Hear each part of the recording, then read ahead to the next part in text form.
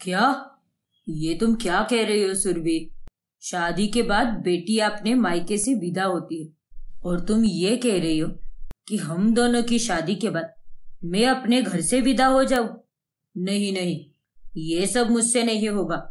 बिल्कुल होगा अभिषेक, लेकिन अगर तुम अभी से हार मानोगे तो कैसे चलेगा? लेकिन मेरे माँ पापा, वो मेरे विदाई के लिए नहीं मानेंगे। वो भी जरूर मानेंगे, मैं उन्हें मनाऊंगी। अभिषेक, मैं तुम्हें घर जमाई बनने के लिए कह तो रही हूँ, लेकिन उसके पीछे भी एक सीरियस वजह है। यह है सुरभि और अभिषेक दोनों एक दूसरे से बहुत प्यार करते हैं, लेकिन सुरभि की माँ गीतांजलि अपनी बेटी को विदा करना ही नहीं चाहती और उसे एक घर जमाई चाहिए होता है। एक दिन गीतांजलि और सुरभि अभिषेक की माता रुक्मिणी और पिता अशोकनाथ से मिलने जाते हैं। रुक्मिणी जी, मैं आपसे ये बात कहती भी नहीं, लेकिन सुरभि के पापा के जाने के बाद मैं बिल्कुल अकेली पड़ चुकी हूँ और लकवा मारने के कारण मैं अपने पैरों से चल भी नहीं सकती। अब इस व्हील चेयर पर बैठकर ही जीवन काटना है मुझे। इसीलिए मैं ये चाहती हूँ कि मेरी बेटी सुरभि मेरे पास ही रहे। लेकिन गीतांजलि आंटी, इससे अच्छा तो यही होगा कि सुरभि के साथ साथ आप भी मेरे घर पर रहने आओ। इससे हम आपका ख्याल भी रख पाएंगे। नहीं अभिषेक बेटा, ऐसा हो सकता तो मैं तुम्हें पहले ही बता देती, लेकिन मैं उस घर को नहीं छोड़ सकती। वो सुरभि के पापा की आखिरी निशानी है। अभिषेक बेटा, गीतांजलि जी सही कह रही है। इनकी जगह अगर हम होते तो हम भी यही करते। हाँ अभिषेक, गीतांजलि जी, मैं और रुक्मिणी आपके फैसले से सहमत है। हम दोनों अपने बेटे की विदाई के लिए तैयार हैं। Thank you so much uncle aunty, जो आपने मेरी माँ की मजबूरी को समझ लिया। अरे पागल हो क्या होने वाली बहू, इसमें थैंक यू बोलने की क्या जरूरत है? बस हमसे मिलते रहना, और क्या चाहिए हमें। हाँ सुरभि, अपने बेटे की खुशी के लिए हम इतना तो कर ही सकते हैं। थोड़े ही दिनों में अभिषेक और सुरभि की शादी हो जाती है और पूरे मोहल्ले के सामने रुक्मिणी और अशोकलाल अपने बेटे की विदाई करते हैं। खुश रहना बेटा। जी माँ। हाय हाय, देखो तो क्या जमाना आ गया है। जहाँ बेटी की विदाई होनी चाहिए वहाँ एक बेटे की विदाई हो रही है। सच में इस नए जनरेशन में तो कुछ भी हो सकता है। मुझे शर्म तो बहुत आ रही है, लेकिन दुनिया वाले चाहे जो भी कहें, तुम्हारा प्यार पाने के लिए मैं कुछ भी करूंगा। Thanks Abhishek, I love you. I love you too Surabhi.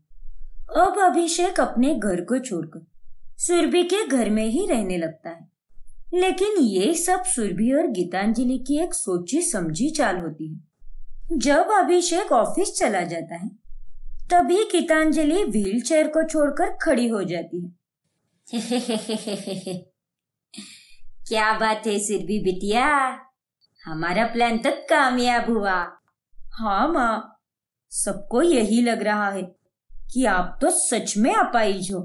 किसी का पता नहीं चलना चाहिए कि ये सब एक नाटक है, और हमने ये नाटक इसीलिए किया है ताकि तुझे तेरे ससुराल में पापड़ बेलने ना पड़े और अपनी सास की सेविका ना बनना पड़े, और तू यहाँ अपने घर में सुखी रहे। हाँ माँ। रात में अभिषेक ऑफिस से लौटता है तभी, अभिषेक, मैंने खाने में कुछ भी नहीं बनाया आज, प्लीज तुम ही कुछ बना दो ना। मेरी तबीयत कुछ ठीक नहीं लग रही आज। लेकिन सुरभि, मैं अभी अभी ऑफिस से आया हूँ, मैं कैसे बनाऊं? एक काम करता हूँ, बाहर से ऑर्डर कर देता हूँ। नहीं अभिषेक, ऑर्डर मत करो, मुझे तुम्हारे हाथ का खाना खाना है। अभिषेक बेटा, अब जब सुरभि इतना कह रही है तो इसके लिए कुछ अच्छा सा बना देना। वो चिकन तंदूरी बहुत बढ़िया बनाता है माँ, आज भी वही बना दो। मुझे पता है मेरा प्यारा पति मेरे लिए खाना जरूर बनाएगा। बनाओगे ना अभिषेक? अच्छा ठीक है बाबा। बना दूंगा। वैसे भी तुम मानने वालों में से कहा हो। फिर अभिषेक तंदूरी चिकन बनाता है और सभी मिलकर उसे खाते हैं। अरे वाह सुरभि बिटिया, तूने तो इसे अच्छे से काम पर लगा दिया। देख, मैंने तुझे ससुराल से छुटकारा दिलाया और साथ ही मुफ्त का नौकर भी दिला दिया। हूं ना मैं एकदम कमाल की। सो तो है माँ। अब देखना, इस शनिवार और रविवार इसकी छुट्टी है। इससे तो पूरे घर की सफाई कराऊंगी मैं, वो भी फिर से बीमार होने का नाटक करके। सुरभि अभिषेक को बेवकूफ बना बनाकर उससे घर के सारे काम कराती है। एक दिन जब वो बाहर किसी इम्पोर्टेंट बिजनेस ट्रिप के लिए जाता है, तभी गीतांजलि और सुरभि बिना किसी खौफ के मॉल में घूमती रहती है और तभी उन्हें रुक्मिणी देख लेती है। ये क्या, ये दोनों यहाँ पर, और ये गीतांजलि जी, ये तो अपाहिज थे, ये कैसे चल सकती है? वो दृश्य देखकर रुक्मिणी एकदम दंग रह जाती है। शाम में अभिषेक तुरंत घर लौटता है। अरे अभिषेक, तुम इतनी जल्दी घर वापस कैसे आ गए? तुम तो 2 दिन बाद आने वाले थे ना? हाँ सुरभि, एक्चुअली ट्रिप पोस्टपोन हो गई। अच्छा सुनो अभिषेक, मैं माँ को दवाइयाँ देकर उनके साथ थोड़ी देर बैठने जा रही हूँ। मेरी कमर में भी बहुत दर्द हो रहा है आज। वहां पर थोड़े से बर्तन पड़े हैं, प्लीज उसे धो देना। ठीक है Surabhi, no problem. Thank you Abhishek. Surabhi Abhishek को फिर से उल्लू बनाती है और वो उल्लू बना बनाकर घर का सारा काम कराती है। उतने में वहां पर रुक्मिणी आ जाती है। अभिषेक, ये तू क्या कर रहा है बेटा? ये सब काम तुझे शोभा नहीं देते। अरे माँ, सुरभि की कमर में थोड़ा दर्द है और वो उसकी माँ को दवाइयाँ देने गई है, इसीलिए मैं ये सारा काम कर रहा हूँ। आप टेंशन मत लीजिए, मुझे इसकी आदत है। मुझे सारे घर के काम बखूबी आते हैं माँ। क्या? ये सब तू क्या कह रहा है बेटा? इन दोनों मूर्ख और चालाक माँ बेटी ने तुझे अपना गुलाम बनाकर रखा है। रुक्मिणी की आवाज सुनकर गीतांजलि और सुरभि भी वहां पर आ जाती है। क्या हुआ रुक्मिणी जी, आप इतने गुस्से में क्यों है? गीतांजलि जी, अपना ये नाटक बंद कीजिए। मैं आपकी सच्चाई जानती हूँ। आप कोई अपाहिज नहीं है। क्यों करती हो आप ये ढोंग? क्या? ये आप कैसी बातें कर रही हो माँ जी? हाँ माँ, ये सब आप क्या बोल रही हो? मैं सच बोल रही हूँ अभिषेक बेटा। यकीन नहीं होता तो ये देख। फिर रुक्मिणी अभिषेक को सुरभि और गीतांजलि की मॉल की फोटोज दिखाती है। ये क्या? इसका मतलब माँ जी, आपने मुझसे और हम सबसे झूठ बोला? हाँ बेटा, ये सारी इन दोनों माँ बेटी की सोची समझी साजिश थी।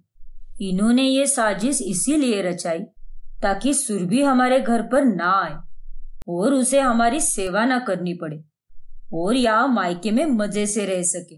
क्यों, सही कहा ना मैंने? और अब तो तुम दोनों ने मेरे बेटे को भी अपना फ्री फंड का नौकर बना दिया है। रुक्मिणी की बातें सुनकर सुरभि और गीतांजलि अपनी गर्दन शर्म से नीचे झुकाती। सुरभि, माँ जी, आप दोनों ने मेरे साथ विश्वासघात किया है, लेकिन अब बहुत हुआ। अब मैं यहाँ पर 1 मिनट भी नहीं रुकूंगा। मुझे माफ कर दो अभिषेक। माँ जी, प्लीज मुझे माफ कर दीजिए। मैंने और मेरी माँ ने आप लोगों के साथ बहुत गलत किया है। रुक्मिणी जी, जमाई सा, माफ कीजिए। मुझे लगा कि मेरी सास ने जिस तरह मेरे साथ अत्याचार किया वैसे दिन मेरी बेटी ना देखे, लेकिन आपने अपने ही मन में ऐसा कैसे सोच लिया गीतांजलि जी? हमारे घराने में बहुओं को बेटी के समान रखा जाता है। मुझे माफ कर दीजिए रुक्मिणी जी, मुझसे गलती हो गई। सुरभि, अब अगर तुम्हें मुझसे थोड़ा भी प्यार है तो तुम खुद आओगी ससुराल में। अब मैं यहाँ पर 1 पल भी नहीं रुक सकता। चलो माँ। रुक जाओ अभिषेक, मैं आऊंगी तुम्हारे साथ। अगर इस छोटे से झगड़े के कारण हमारा रिश्ता टूटता है तो ये झगड़ा मुझे गवारा नहीं। मैं ससुराल आने के लिए तैयार हूँ। मुझे और मेरी माँ को माफ करके हमें एक आखिरी मौका दो। रुक्मिणी और अभिषेक मान जाते हैं और अंत में गीतांजलि सही मायनों में अपनी बेटी की विदाई करती है, जिसके बाद सुरभि अपने ससुराल में बड़े खुशी से जीवन बिताती है। रश्मि और नित्या दोनों पक्की सहेलियां होती है। रश्मि एक अमीर घर की लड़की होती है, वही नित्या गरीब होती है। नित्या और एक मिडिल क्लास लड़का गौतम एक दूसरे से बहुत प्यार करते थे। आई लव यू नित्या। देखना, मैं जल्द ही घोड़ी पर सवार होकर तुम्हें लेने आऊंगा और फिर अपनी बीवी बनाकर साथ ले जाऊंगा। ओह, थैंक यू गौतम, मुझे इतना प्यार करने के लिए। And I love you so much. एक दिन नित्या गौतम को अपनी सहेली रश्मि से मिलाती है और रश्मि को पहली नजर में देखते ही गौतम को वो बहुत पसंद आ जाती है।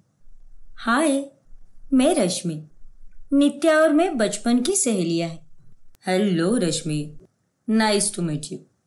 गौतम अब रश्मि से मिलने के नए नए बहाने करने लगता है और उनकी मुलाकातें इतनी बढ़ जाती हैं कि रश्मि को भी गौतम के साथ वक्त गुजारना अच्छा लगने लगता है। एक दिन गौतम रश्मि को एक पार्क में मिलने के लिए बुलाता है। रश्मि, मैं तुमसे बहुत प्यार करने लगा हूँ। हाँ, मैं जानता हूँ कि मैं पहले तुम्हारी सहेली नित्या से प्यार करता था, लेकिन जब से तुम्हें मिला हूँ सब कुछ बदल चुका है। तुम्हारे आने से मेरी जिंदगी और सुंदर हो चुकी है।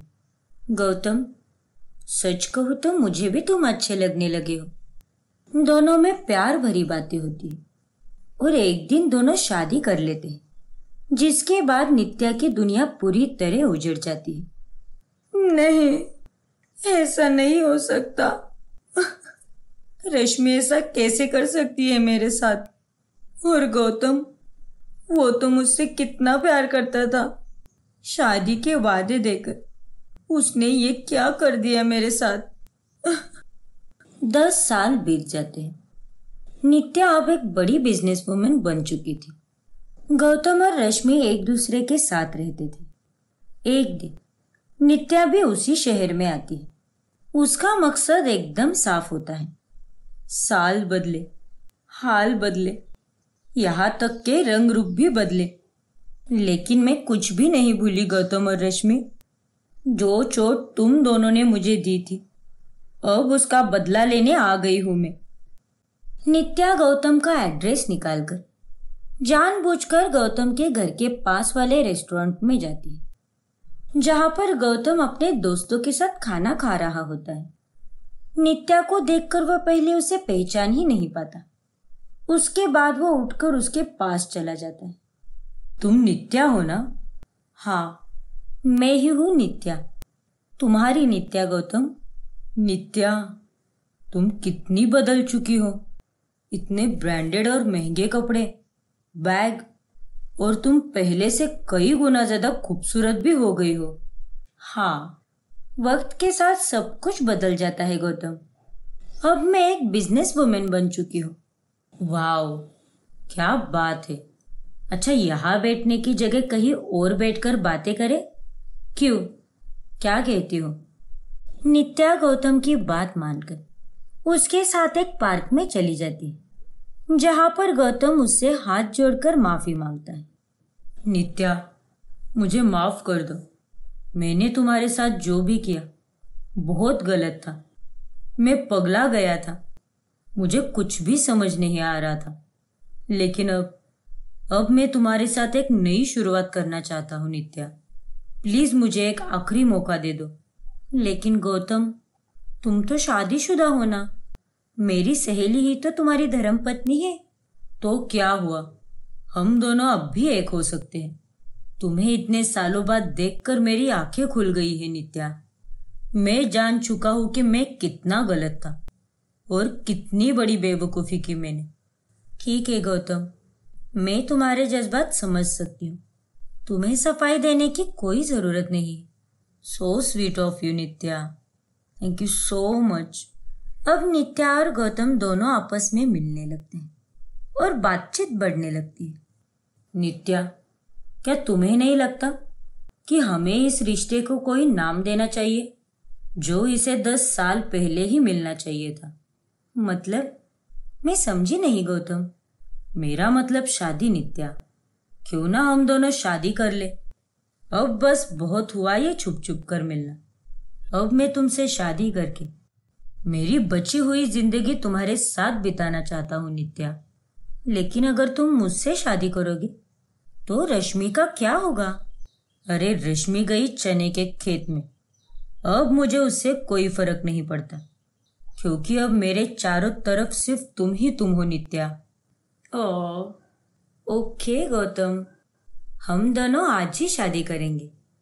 फिर वो दोनों पास ही के एक मंदिर में शादी करने का फैसला लेते हैं।